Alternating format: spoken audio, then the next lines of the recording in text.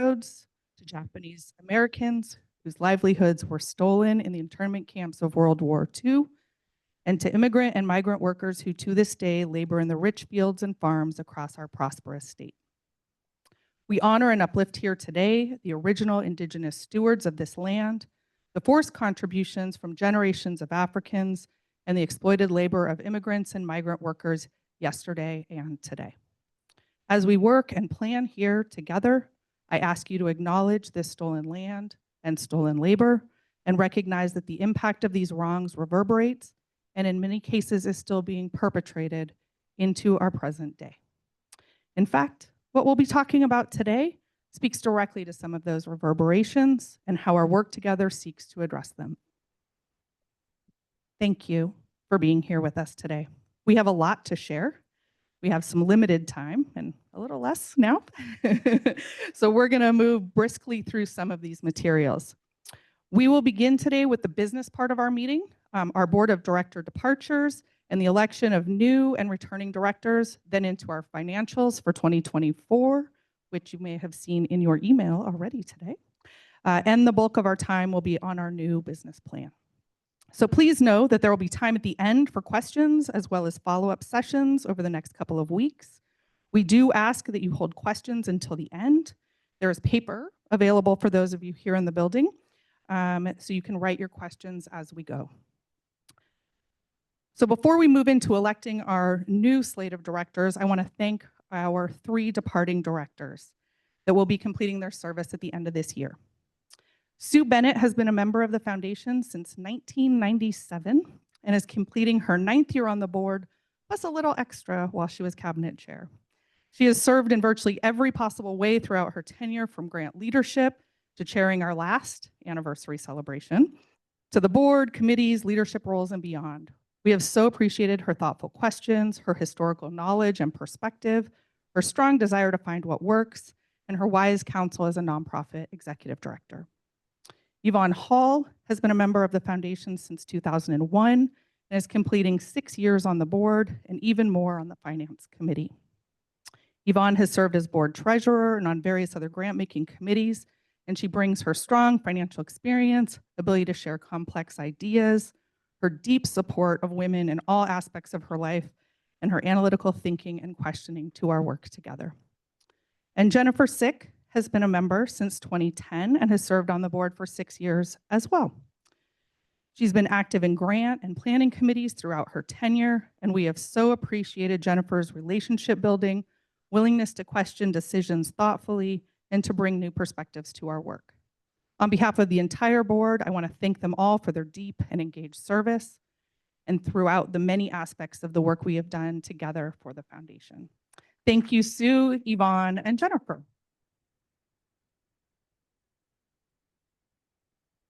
And now, on behalf of our governance committee, because our governance chair is on the slate this year, I would like to introduce the slate of our new and returning directors that have been nominated for a 3-year term of board service to begin January 1st, 2026. This slate was presented to the membership via email last month, and I would still like to share a little bit more about each of these women. First, our 4 new directors. Catherine Gelband is a retired corporate attorney and former school administrator who joined the foundation in 2013 and has served in leadership roles, including most recently as cabinet chair. Renee Murray is a policy advocate and social work professional with decades of experience in nonprofit governance and legislative engagement. She's committed to systemic change and mentoring future leaders. Ingrid Nelson had a lengthy career in media leadership and joined the foundation to focus on advocacy and grant making in justice-related areas. She's also a certified Pilates instructor and passionate about women's empowerment. And Sandy Wolf is an architect, interior designer, and owner of her own firm. She joined the foundation in 2023 and has contributed through grant committees and the membership task force, while continuing her commitment to designing homes that foster healthy communities. Additionally, we have 3 directors standing for a second 3-year term. Susan Barley, a retired corporate attorney who's been a dedicated member since 2013, serving on numerous committees. Nikki Wang is the Director of Development and Marketing at the Denise Louis Education Center, brings over 20 years of nonprofit leadership experience. And Allison Barco, who is a Program Officer for Women's Leadership at the Bill and Melinda Gates Foundation, who joined our foundation in 2017. The Governance Committee has presented the slate and the board has moved for its acceptance, and we have already reached quorum via the email vote. However, for the sake of the order, we'll hold a voice vote here today. Our process will be that I'll invite you that are joining remotely to unmute your microphone and say either A or nay as I call for the vote. Those in person, please raise your hand. If you wish to abstain, please note your abstention in the chat box or simply do not raise your hand. All those in favor of the Board of Directors slate as presented by the Governance Committee, please say A or raise your hand. A. Fantastic. Thank you, those of you online. And all those opposed, please say nay or raise your hand. I see none. Thank you. I'm pleased to announce the election of our 4 new directors, Catherine, Renee, Ingrid, and Sandy, and our 3 returning directors, Susan, Nikki, and Allison.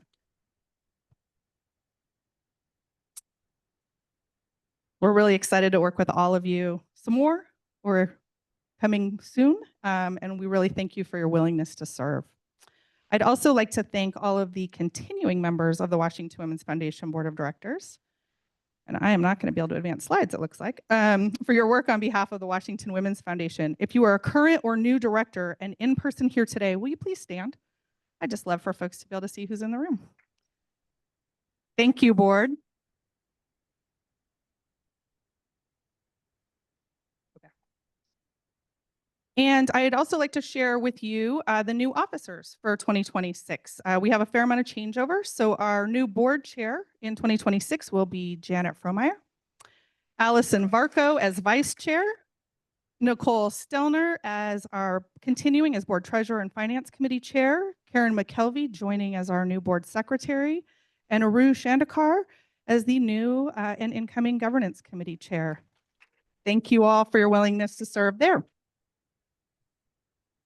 And I want to thank our officers and chairs that are completing their service in those roles, Chris Kamanishi as our past chair, Melinda Herron as secretary, and Susan Barley as governance chair.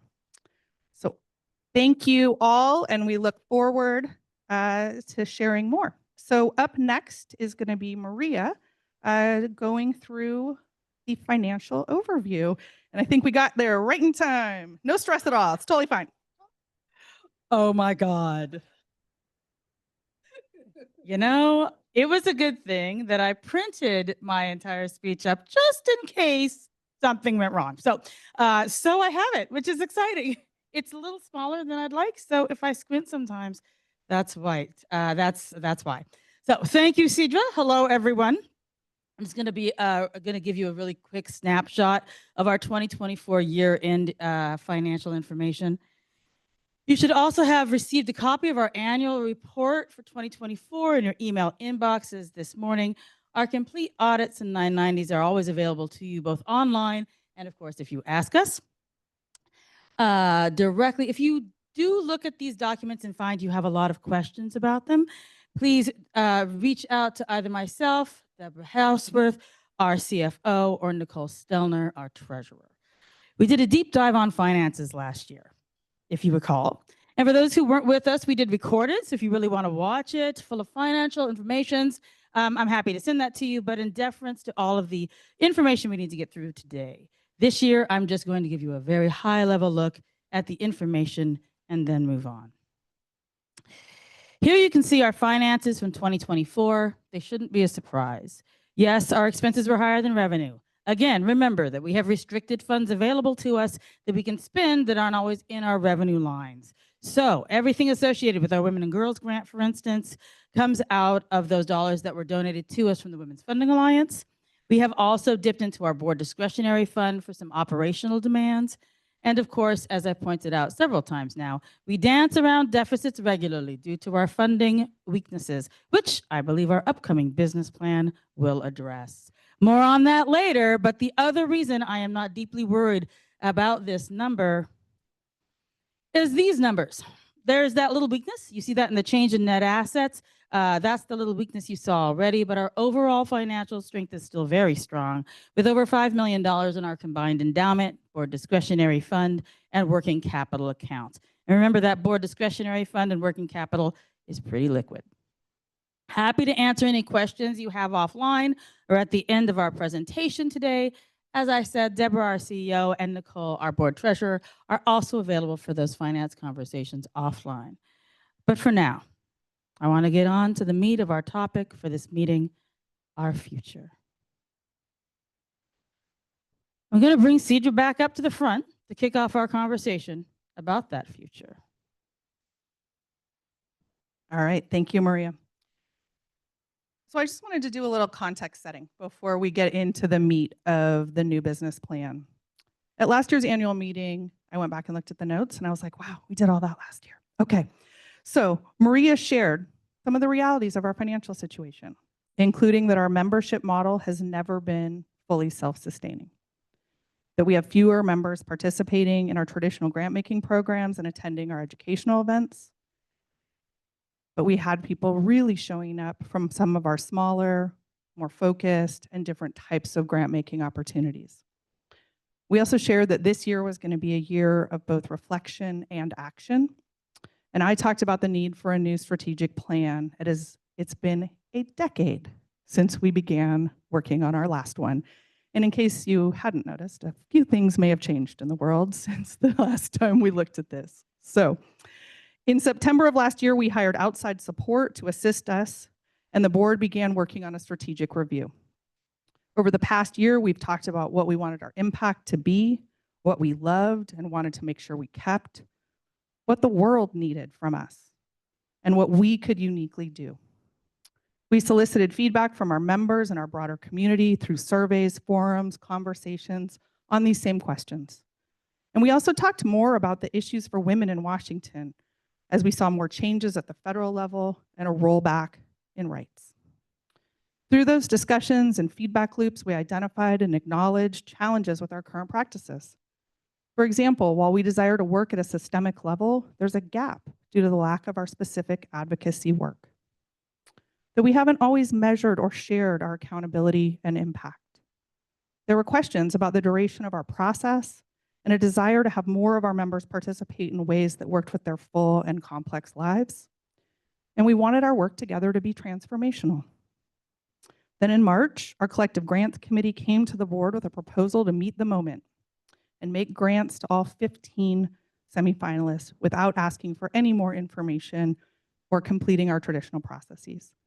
As a collective, we said yes, that we wanted to support organizations now and do so broadly and to make fewer draws on their time. And given all that was happening in the world, our members said that you wanted to make sure we were doing something now.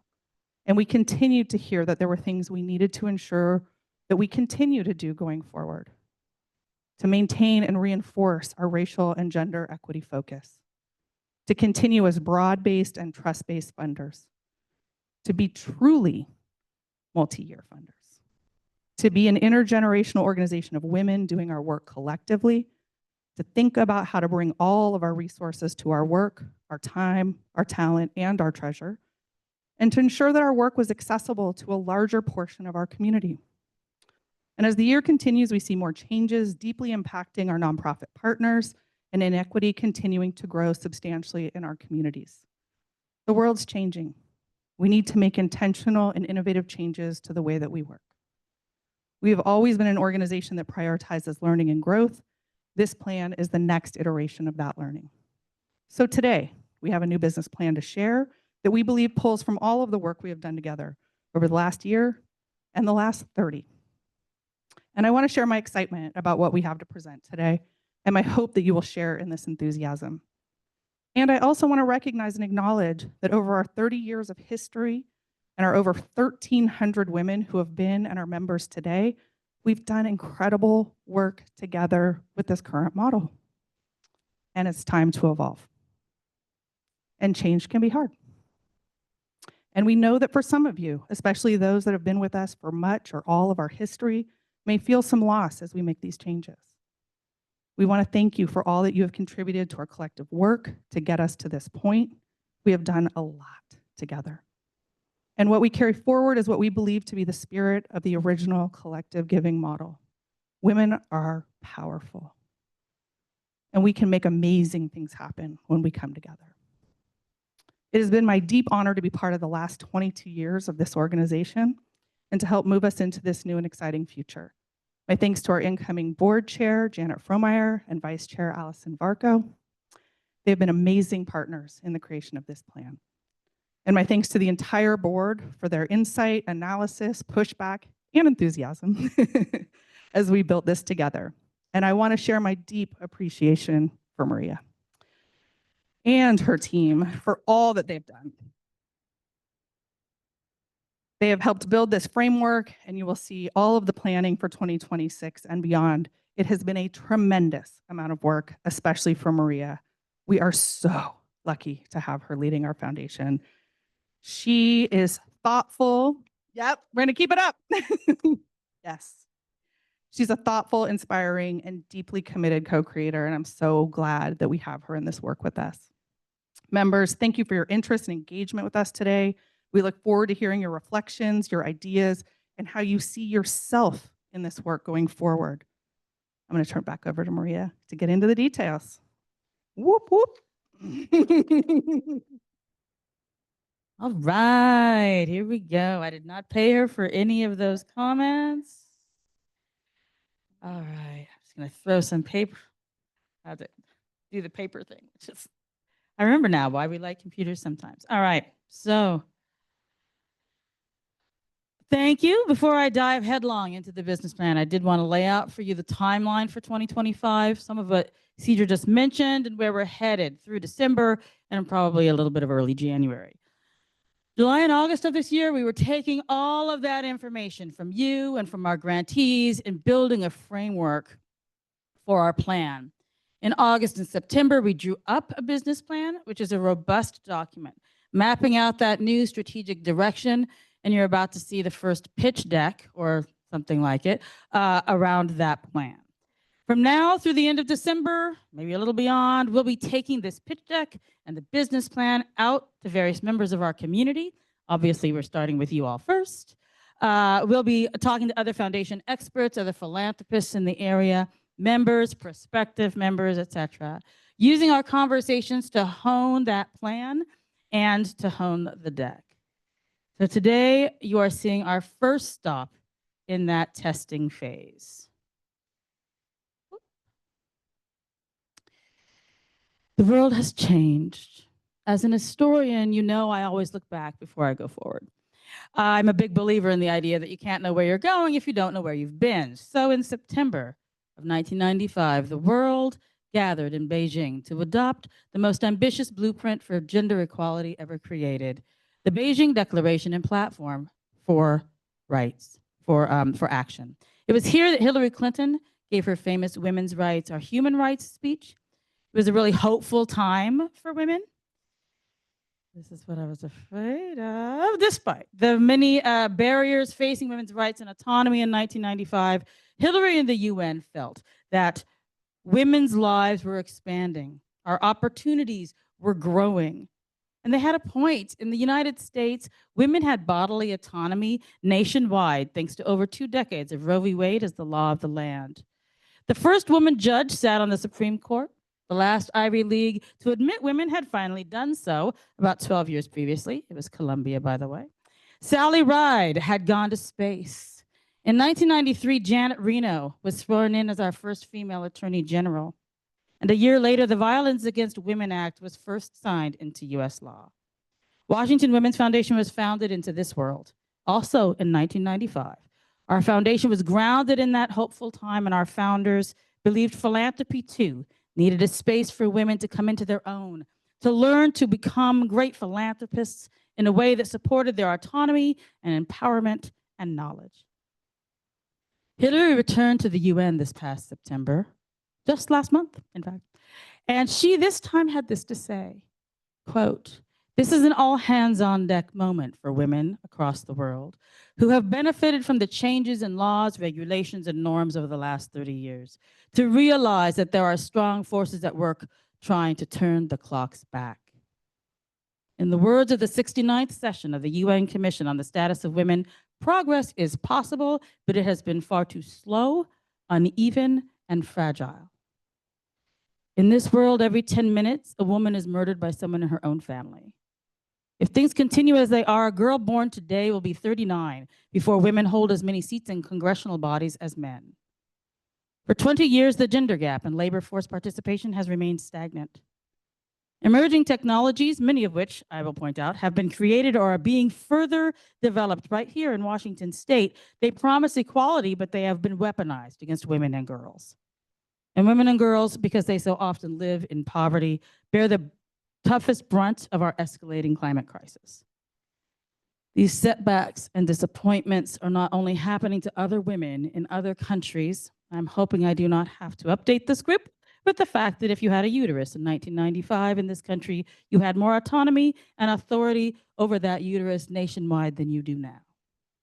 The world has changed since 1995.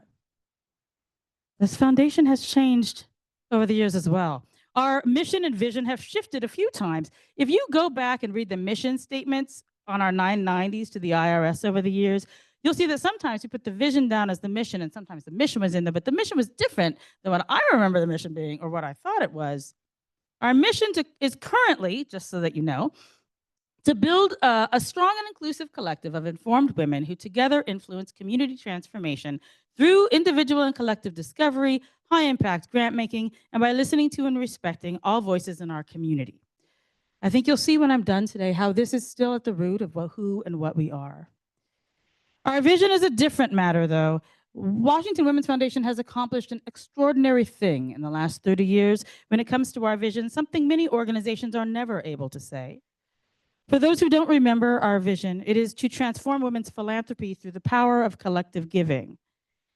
When we started, we were one of, if not the first, formally incorporated women's giving collective foundation in the country. Colleen Willoughby, who was one of our original 5 founders, went on to found an organization known as Philanos, a network of giving collective organizations that now number more than 90 affiliates in 30 different states, the District of Columbia, the United Kingdom, and Australia, all modeled on Washington Women's Foundation. Our vision is now global.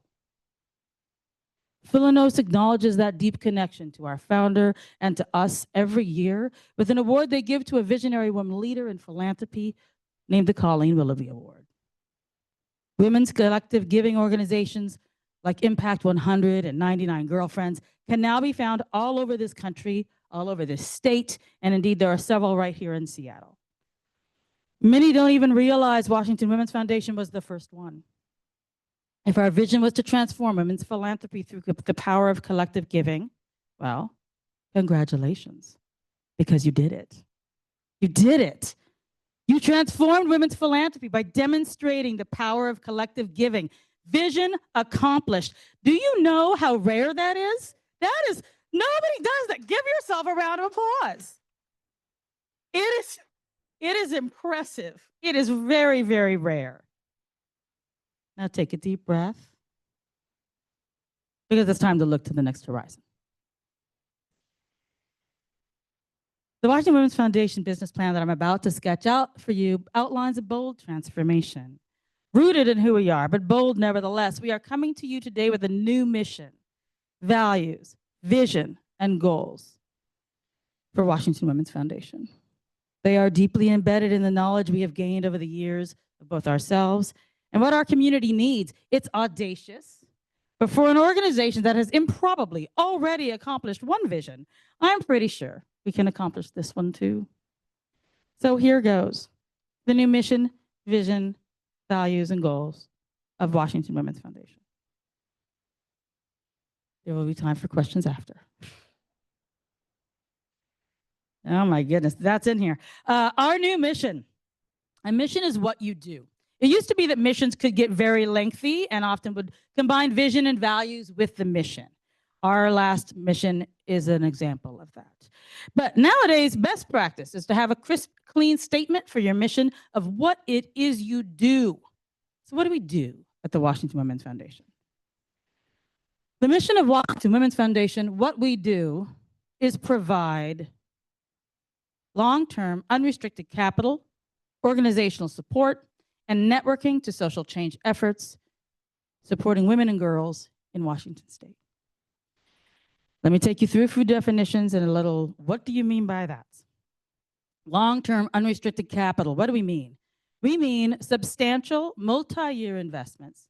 Members in the community have repeatedly asked that we lean deeper into multi-year giving. Our commitment to trust-based philanthropy demands that we walk with our grantees for a longer period of time than the support of a one-off gift demonstrates. This makes the relationship building aspect of our trust-based methodology more front and center in our mission. Weirdly enough, this is actually a return to some of our old ways. We used to give our gifts in installments. And then at one point we started doing lump sums, and then pretty soon it was just lump sums all the time. So we're returning to a multi-year giving and prioritizing the relationship building that comes from that giving method.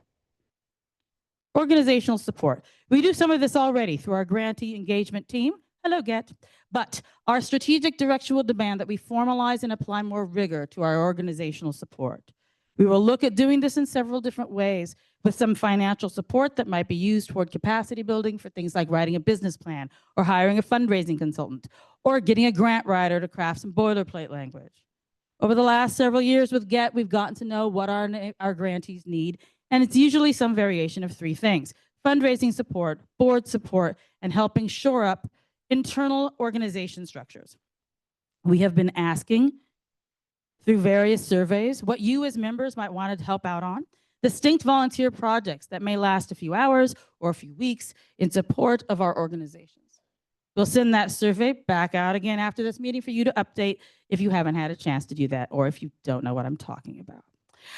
Networking. Again, we are already doing some of this with Get, but by putting it in our mission, we make clear that connection with our members, with each other, and with other funders for support will be part of what we offer our grantees. This is a double down on our support beyond the check. It's what we do. Being a grantee of Washington Women's Foundation will mean organizational support, networking opportunities, and yes, multi-year funding. This mission embraces an unflinching and holistic commitment to our grantees. This too is part of who we have always been. One of the reasons I became to work here is because I was a development director for several Washington Women's Foundation grantees. And I knew that we had donors and board members who had gotten involved in my organizations because after being introduced to them through the foundation. We have been networking with our grantees for years. So this isn't really us doing something completely new, so much as it's putting our interest in personally connecting to our grantees into our mission. We're making our incredible network a feature of what it means to be a grantee of Washington Women's Foundation. This is what we do. And a lot of this we are, in fact, already doing. This mission is just bringing that truth to the light. Social change efforts. You notice we don't say organizations here. Most of our grantees will be organizations, of course, but there have been a loud demand from our members to lean into advocacy and to support organizations or groups or individuals that do advocacy or other kinds of social change work. So we allowed this to be very broad, thereby opening up the possibility to support other kinds of action. This could allow us to bring back rest and repair in some fashion, and our wellness grants, as supporting leaders directly or with support for their personal well-being and not just their organizational health is a way of supporting social change efforts. Women and girls. Why women and girls? First, just so we're clear on this, Washington Women's Foundation defines women and girl as any individual whose gender identity is a woman or a girl, including cis, non-binary, transgender, and gender-expansive women and girls. So why women and girls? For years we have not done this. Why are we doing it now? We know that when women are provided with support, communities rise. According to the World Bank's report on group gender strategy, evidence shows, quote, evidence shows how removing gender barriers unlocks economic productivity, reduces poverty, deepens social cohesion, and enhances well-being and prosperity for current and future generations. Women's participation and leadership improves the management of natural resources, strengthens resilience, and makes economies more competitive. Women are amazing. And when you give women money, women drive those dollars back into their communities. Supporting women supports communities. We also know that we are slipping on rights and protections for women and girls. Existing funding and organizational development support are insufficient for scaling the kinds of urgent social solutions and reforms needed to continue the forward momentum we are experiencing when Washington Women's Foundation was founded. At this time, there is no coordinated philanthropic statewide platform that exists for amplifying social change for women and girls. There are organizations focused on various aspects of womanhood, being a mom and mom concerns, being a woman of color or a girl from a distinct community, and girls statewide, but there is nothing in Washington state, no nonprofit foundation that funds to support women and girls statewide in a multifaceted, collaborative way. Indeed, if you go to Google and you type in what organizations in Washington state are working to help women and girls, do you know whose name comes up first? Ours. Yeah. We are just because of women and girls for pop-up for women and girls. We are choosing women and girls because currently only 2.04% of philanthropic funding goes to support organizations or programs for women and girls. That is improvement over last year when it was 1.9%. As a women's organization, I do have to point out here the old adage that if we don't do it, no one else will. These numbers make clear that no one else is, which seems incredible, but is nevertheless true. What is also incredible, but nevertheless true, is that Washington state has the 6th largest gender gap in the nation for men and women with the same level of education. Also an improvement from last year where we were 2nd worst in the nation. And for women of color, it's even worse. Women of color in Washington earn as little as 45 cents for every dollar made by a white non-Hispanic man. We are choosing women and girls because Washington state ranks as the 11th least affordable state for childcare and 22nd nationally for the share of women in poverty, despite having the 3rd highest state GDP per capita. Very rich, lots of women in poverty. We know that domestic violence is a big reason why many women end up as part of our statewide problem of housing and food insecurity. Supporting women fleeing abuse is, in fact, one of the answers to solving homelessness. We know women's health care is shaky thanks to poor research practices and bias. I do have to address that when I mention the work I see that needs doing for women in Washington, women people have said to me, we're in a blue bubble. In Washington, women are safe. That simply is not true. And even if it were true that we were all safe inside our blue bubble, bubbles are fragile.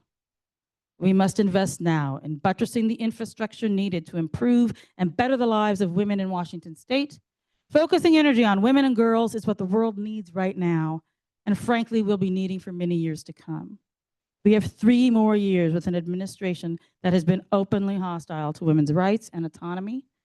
We need to build a fund that will allow us to be mobile and nimble for whatever might be coming our way in those 3 years.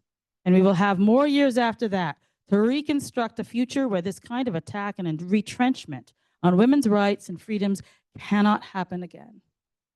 We together will pour that foundation for present flexibility and future strength by investing in long-term unrestricted capital, organizational support, and network building for all those efforts supporting women and girls in Washington state.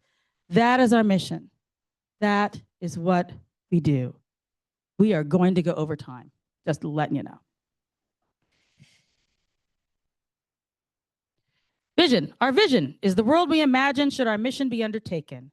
We believe that by working on this mission, we will create an intentional community of women of all backgrounds united in building a just, equitable, and thriving Washington. We also believe that this is how we can accomplish some of our mission, to be honest. At Washington Women's Foundation, we know we go further together and that our best work is done in a community that is both widely welcoming and intentional. We come together for a common purpose as members of this foundation. This is not a social club. We come together because we have work to do together. Good work. We may socialize as well, but good work. And we do that work best when we do it together with other women.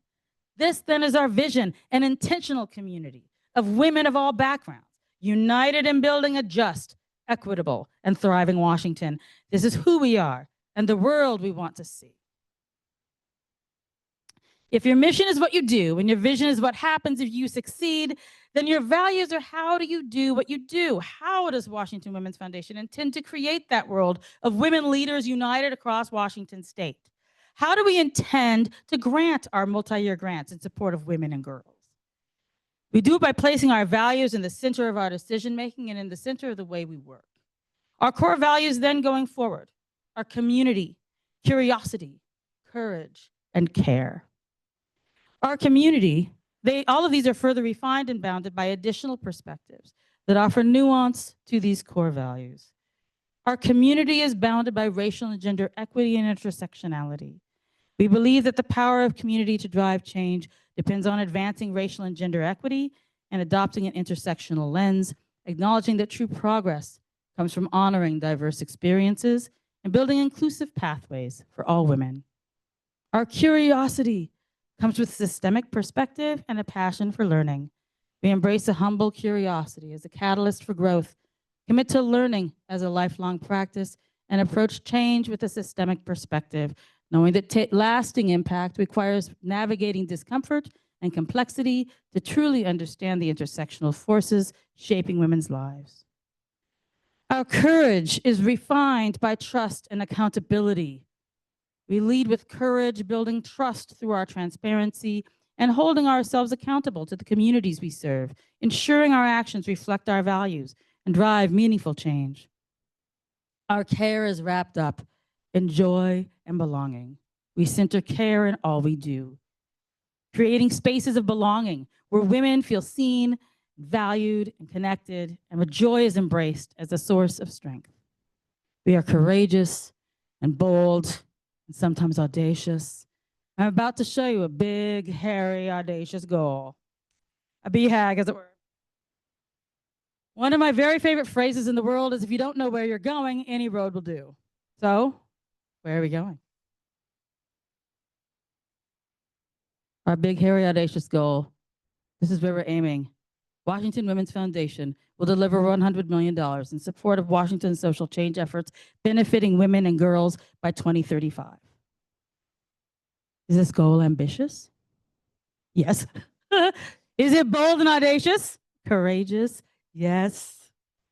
Can we raise this much money? Yes. Thank you. I got that in the room, people. It'll be work. Of course it'll be work. But absolutely we can do it.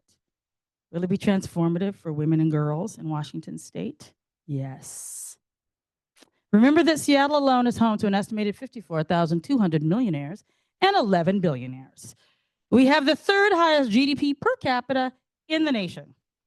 There is an extraordinary amount of wealth in this state, much of it new and not yet mobilized for philanthropic purposes. We must aim for some of it to come our way. There is an estimated $251 billion with a B currently being held in donor-advised funds across the United States. Even if we divided that number by 50 states evenly, which I assure you is not how it's held, that means $5 billion is sitting in donor-advised funds in Washington state right now, untapped and available. And now is a very good time to put that money to good use. The urgency of now is upon us, and in this state, I believe that urgency is deeply understood and felt. That understanding can also be immobilizing. The breathtaking boldness of this goal underscores both the serious nature of the issue, women's autonomy, rights, equality, and offers an invitation to get involved in doing something about it in a tangible way. Join, volunteer, give to this foundation, help us reach this goal and drive transformational change for women and girls across Washington state. Part of our plan for how we achieve this is rooted in member responses around how they felt we should change our approach. Members told us to invest in more marketing, so we will be investing more of our dollars in marketing, communications, and recruitment of members. Members also insisted we further develop our fundraising capacity, which we are also doing, as evidenced by our hiring of our first development director. Yay! Yay, Kim! Yes, our goal is audacious. We think women deserve it.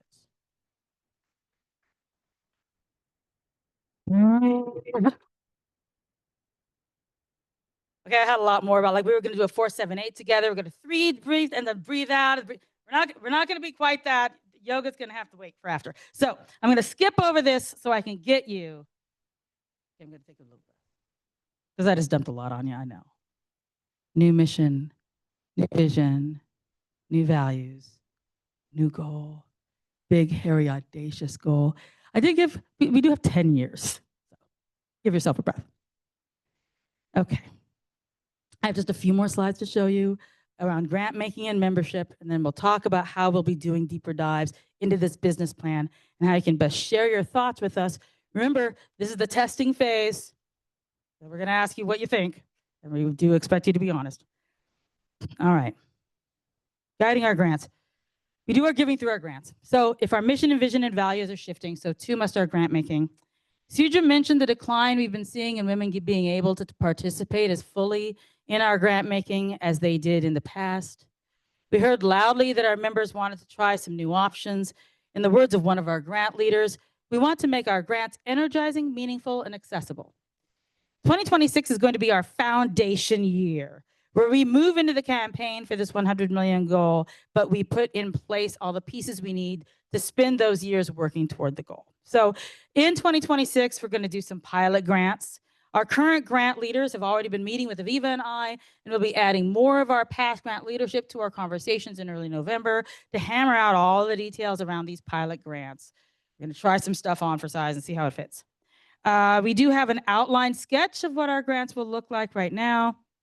I'm happy to share that with you, and we'll have that available at our upcoming business plan lunch and learns, which I will talk more about in a minute. For now, please know that the guiding principles around our shifts in our grant making are a commitment to trust-based philanthropy.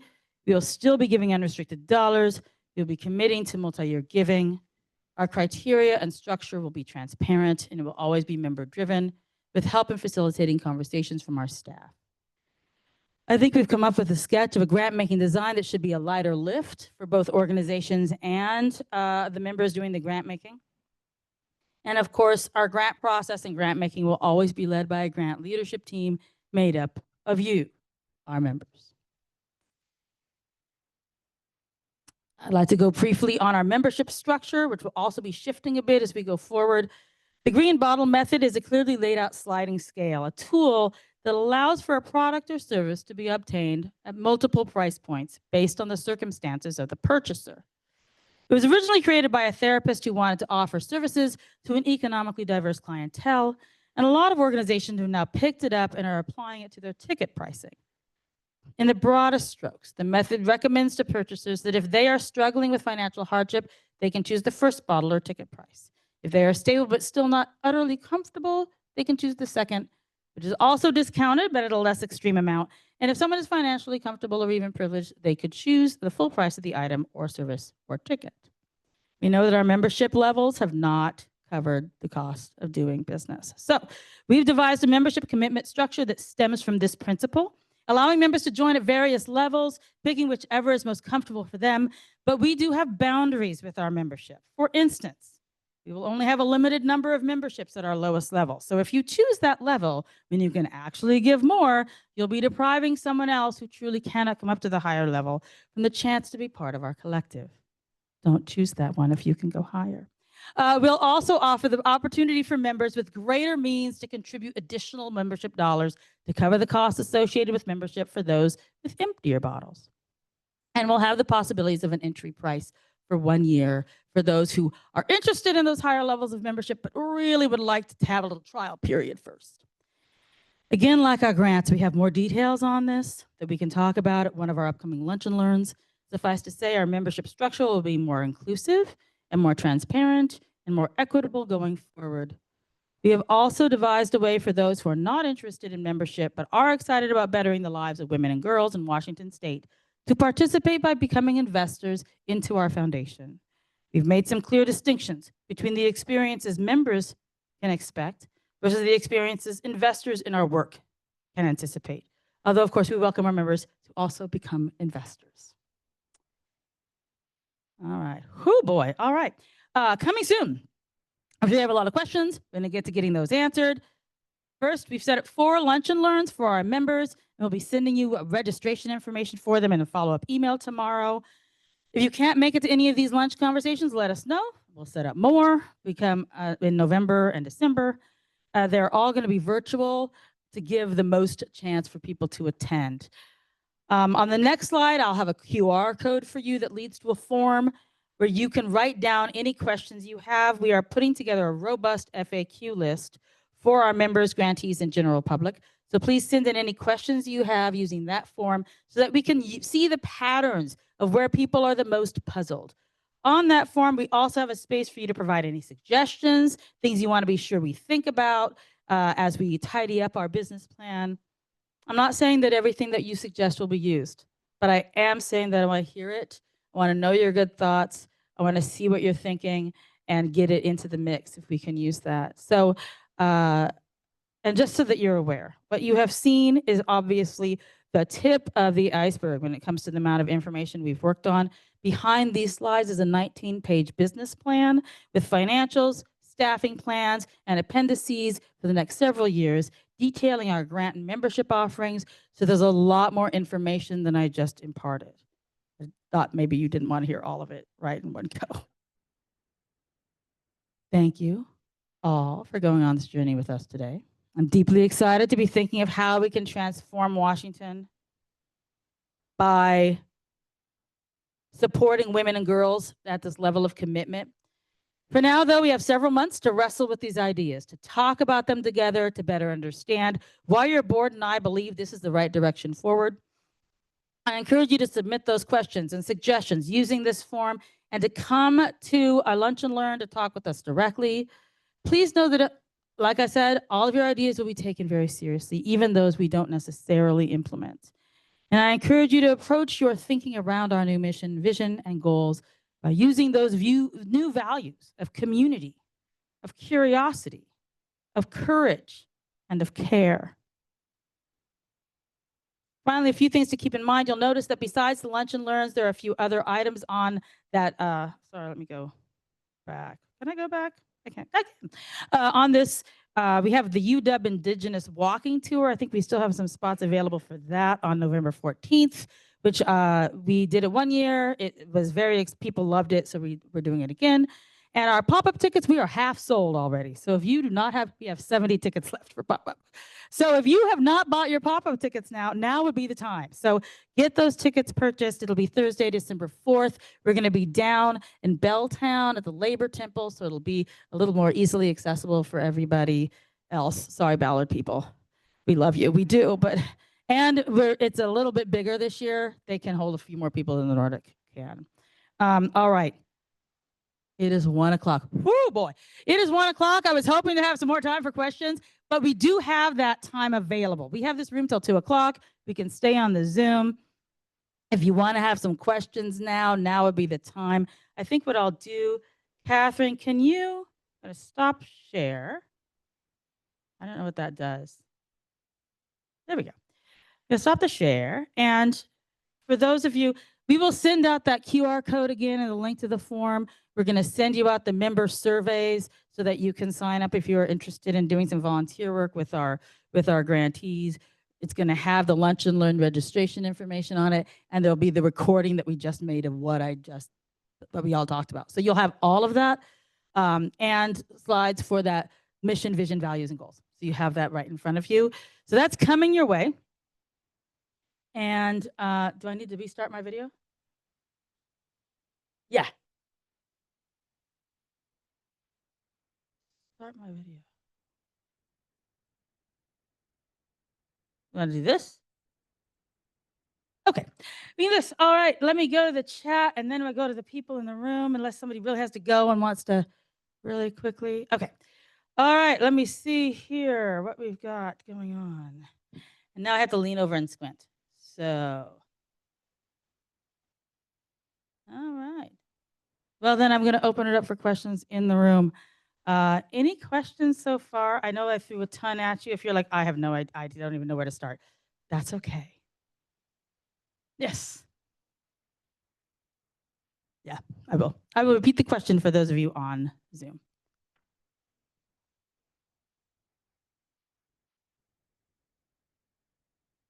Yes, absolutely. Members are involved in the grant processes. All the ones we're thinking of still have members doing all kinds of things. We're just, I don't know, do we want to go ahead and talk a little bit about it? Yes, I got a thumbs up. Let's do it. So I'm going to close this. I'm going to share this again. Close that. Okay, that's not what I wanted to share. Stop share. Let me pull this back up. There we go. And now, sorry, Because I'm not using the system I usually use, it's a little more awkward. Now I can share this. There. All right. Since there seems to be some ability to. All right. Well, you're very frustrating to me, machine, but I can't seem to make it big. I swear to God, I am usually really good with technology, but yeah, I should be able to make the whole screen. At any rate, let me just talk a little bit about it. So we have a couple that will be really familiar, a couple grants that'll be really familiar, and a couple grants that'll be new. So thing that will stay the same. We will still have pop-up. Since everything will be for women and girls, it will be pop-up for grassroots. So pop-up will now be grassroots organizations working with women and girls, getting down to the small organizations, 500,000 or so. Yeah, this. All right. 500,000 or so dollars or less. So we'll still have pop-up. We will have a thematic grant that will look very similar to what we do now, except shortened. Our pop-up grants right now are about 3 or 4 meetings for members, much lighter lift. We're going to go ahead and do that. One of the reasons we're going to be able to do lighter lifts for all of our various grants is because we are going to sign up for something called Just Fund. And Just Fund is an organization that it's like the common app for schools. It's the common app for nonprofit organizations. So there's about 100, I think about 100 or so foundations and funders that are using it right now. So any of the grantees that we have that apply for a grant through that, they have to just fill out the form once. They don't have to keep reapplying unless they want to update something. And that application is now available for all those other funders to see too. So we can actually open up our opportunities for multiple fundings from other spaces that we wouldn't necessarily be driving, but that our grantees would then be available for. It also gives us the opportunity to evaluate those things in a quicker fashion. There's more information than we usually ask for, so we don't need as much as the research phase doesn't need to be quite as robust because we have a lot of the information already. We're setting up a rubric so that members can more quickly go through their, like, is this organization doing what we want them to be doing? It's complicated when I talk about it because we still have all the pieces to lay out, but what we're thinking about is a thematic grant based on a theme that the members who are part of that committee, you'll see the people who have applied. What do you think the thematic issue is that we should look at? A place-based participatory partner grant. What that is it's vacation. No, it's not vacation. It's a traveling grant, sort of inspired by another women's giving collective that I am on the board of, where we'll be going to various parts of Washington State, working with community foundations or tribes in the area to locate and discover organizations in that area. So you as members will go, we'll put up a hotel block, you'll all eat together, play together, and make grants together. So it's like an extended version of pop-up, but a smaller version of a regular grant. Still members. We'll also invite those who are from that area to be part of that grant making, so it'll be participatory as well as place-based. An advocacy grant. I think that's pretty self-explanatory. We've separated out thematic and advocacy because advocacy was one thing that we felt wasn't getting funded when we did thematic grants. We weren't really funding advocacy as strongly. The pop-up grassroots grant, and then there will be some very small grants for capacity building that GET will be monitoring and managing. So that's sort of some of our pilot grants. I can really quickly, like I said, still in progress, membership levels. The Emerge, the reason it's still in progress, I don't know what the dollars quite are yet, but in these ranges, the Emerge one, which is a limited number, it is a discounted membership. Our Explore membership, which will be a little bit higher, it's a trial available only for 1 year, one time only, and you would need to move into one of the higher levels of membership if that was a trial membership that you chose. The Grow membership, which is covers our current membership level. That is, unfortunately, at this time, still a discounted membership level from what the actual price of what it costs to run our foundation is. So, but it's available for folks to use if that's what is most comfortable. The core membership, this one, $3,600 is our full cost of membership right now. You'll see it has a plus. That membership level we're thinking will rise and fall with inflation. And you will be asked every year, can you go up or do you want to stay where you joined? You can always stay at that 3,600 if that's really as much as you feel comfortable with. But if it goes up to 4,000 because inflation goes up, we'll ask you if you can go up to 4,000. So you'll be asked before we just move you. But that is that's the core level. It will shift and change based on what we need. The sustain level, this is the opportunity to then backfill some of those membership levels where they are at a discount to pull in some additional membership dollars for members who have more capacity.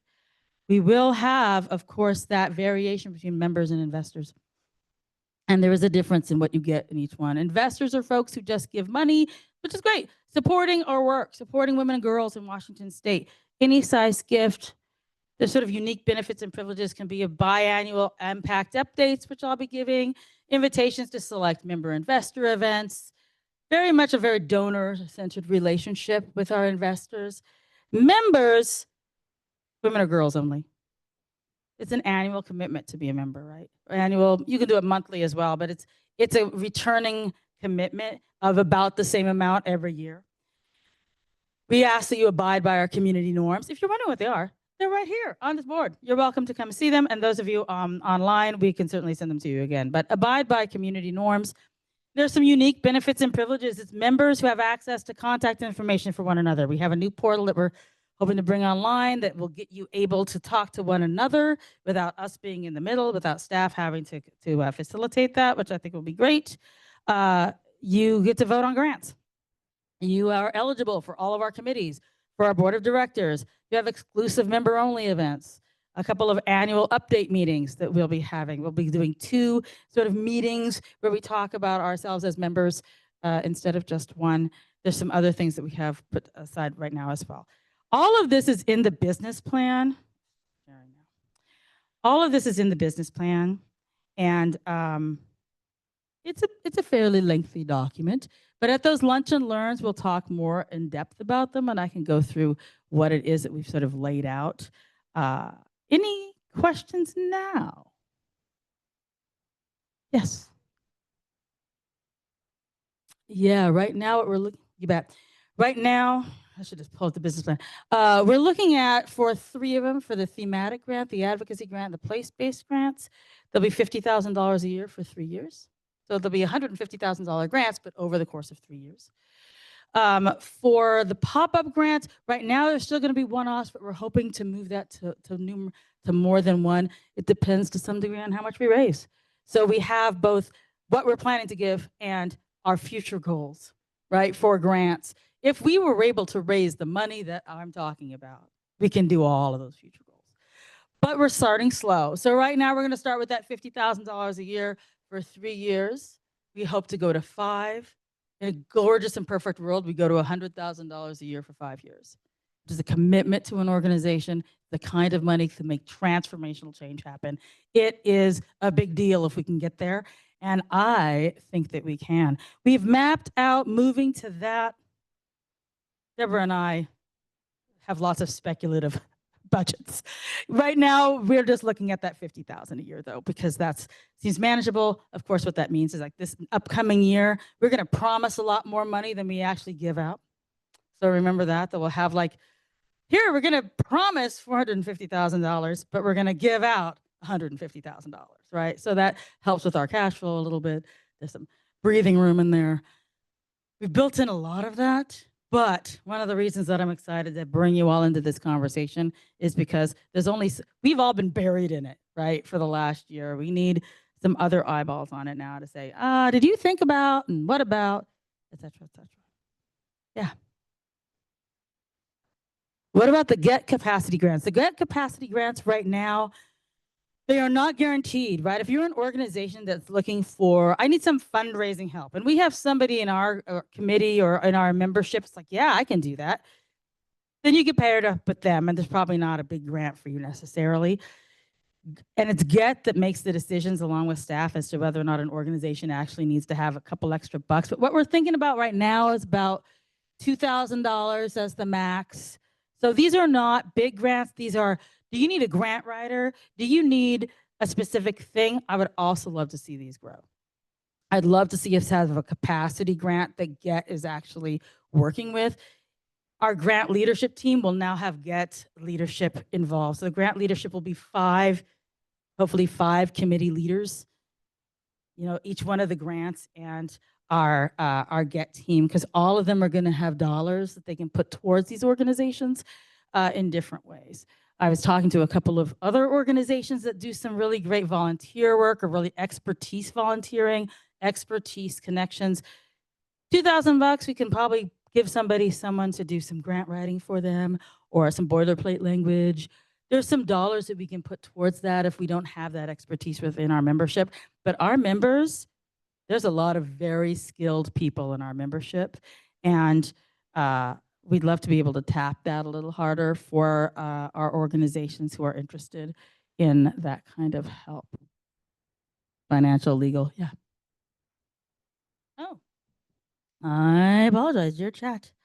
What are the biggest needs for Washington Women's Foundation outside of the financial investment? For those of us with less giving capacity, where can we help most? And Chrissy, this is where I think that expertise piece comes in. Here's where we will send around that survey and you can say, I'm interested in volunteering or using my time in support of our nonprofits, and that is really useful. It's also useful for us for you to be here and be part of our community. I think it's really important that our community be welcoming to many folks. Okay, sorry, that's me. So that's one of the pieces that this opportunity gives us is we can bring in some folks for whom maybe $2,500 is a struggle, but there's lots of other ways you can get involved with the work that we do and that are really satisfying, right? To be involved in grants that aren't quite as time consuming, that will be going at different times of the year. We'll have 2 in the spring and 2 in the fall. So they'll be they'll be spread out a little bit. Yeah.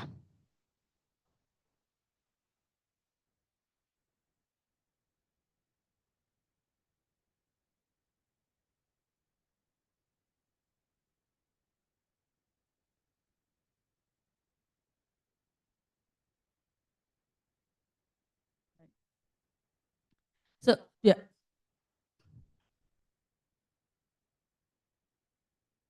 Yeah. Well, I do think I want to always remind people that women and girls are everywhere.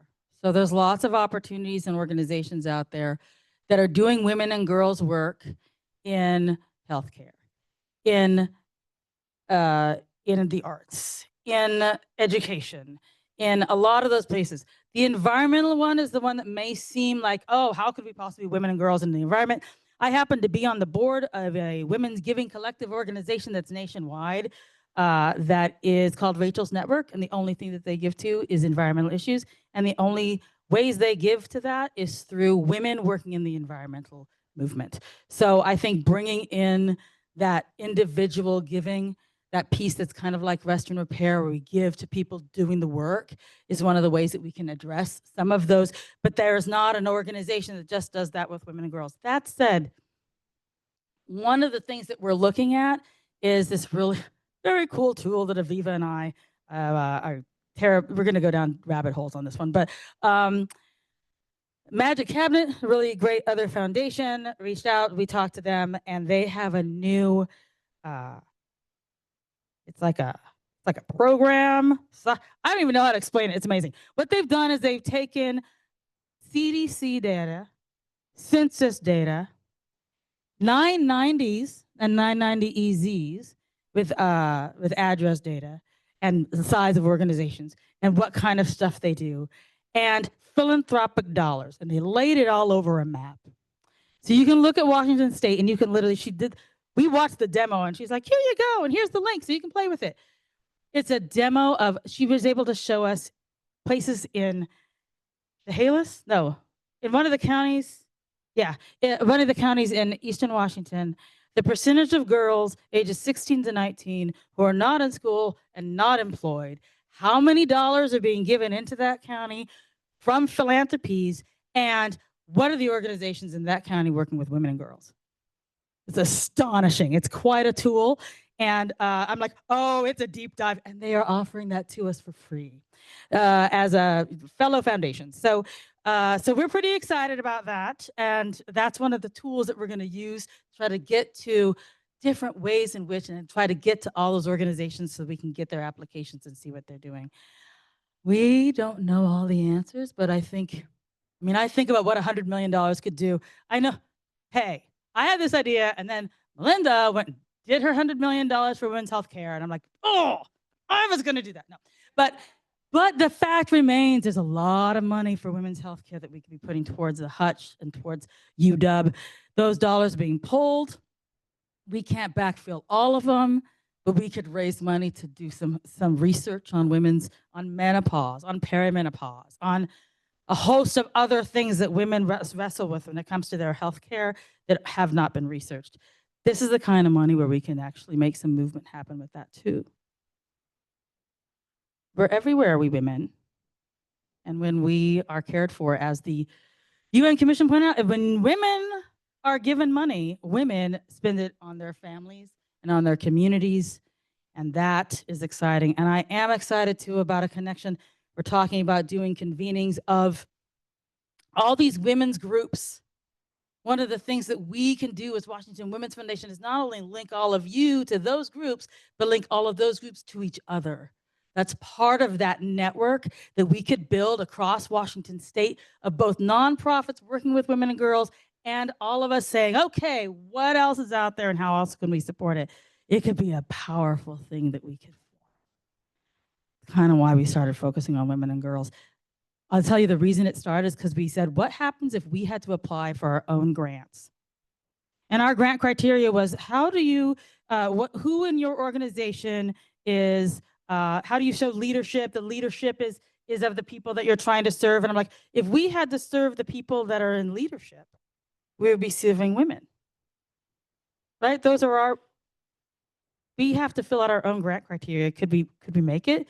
And it's like, we would fail it if we were doing some of these other things that we were talking about. But if we're focused on women and girls, we don't fail because we are women and we were girls. Some of us, most of us. We are, as I said, opening that door to trans and cis and other ways of seeing gender also demands that some of us have to fix our language, which sometimes I have to do. So we're all there. We're all there. All right, we only have this room until 2 o'clock. So if we keep talking for another 5 minutes, we probably can, but otherwise I'm gonna have to have all of you help clean up. Yeah, Heidi.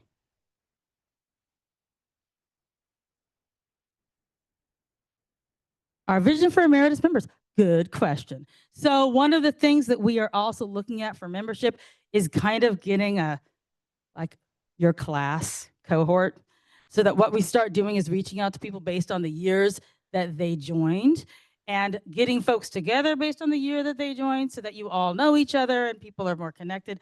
What this means for our alumni members, a couple of things. We have a legacy program that we're going to be starting up more rigorously with planned giving. So that's an opportunity for some of our members who are maybe on more fixed income. And there's that lower price now, that $600 to $900 sort of level. There's like $50 a month that is available now to our members. There are some who have mentioned to us that they've gone on to, I retired and now I'm on a fixed income and I can no longer afford that $2,500. It is terrible that we can't have them still be part of our community. So now we can open it up to say, hey, you can join at whatever level is comfortable for you. And I think that will also be able to help some of our alumni. We do have a plan, some of that marketing communications work that we're doing will absolutely be driven towards bringing back some of those 1,300 folks who've been members previously. I think it's time to reach back out and say, hey, here's what we're up to. Here's where we're going. Well, please come back and let's talk about it, because I think there are some that will be very excited. I have talked to several members who've been with us for a long time, And one of them, who was one of our founders, said, "It feels like the beginning again.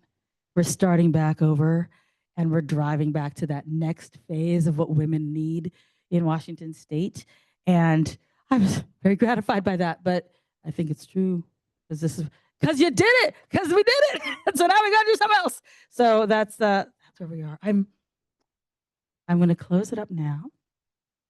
I'm around for cleaning, and those lunch and learns are coming. So sign up for a lunch and learn.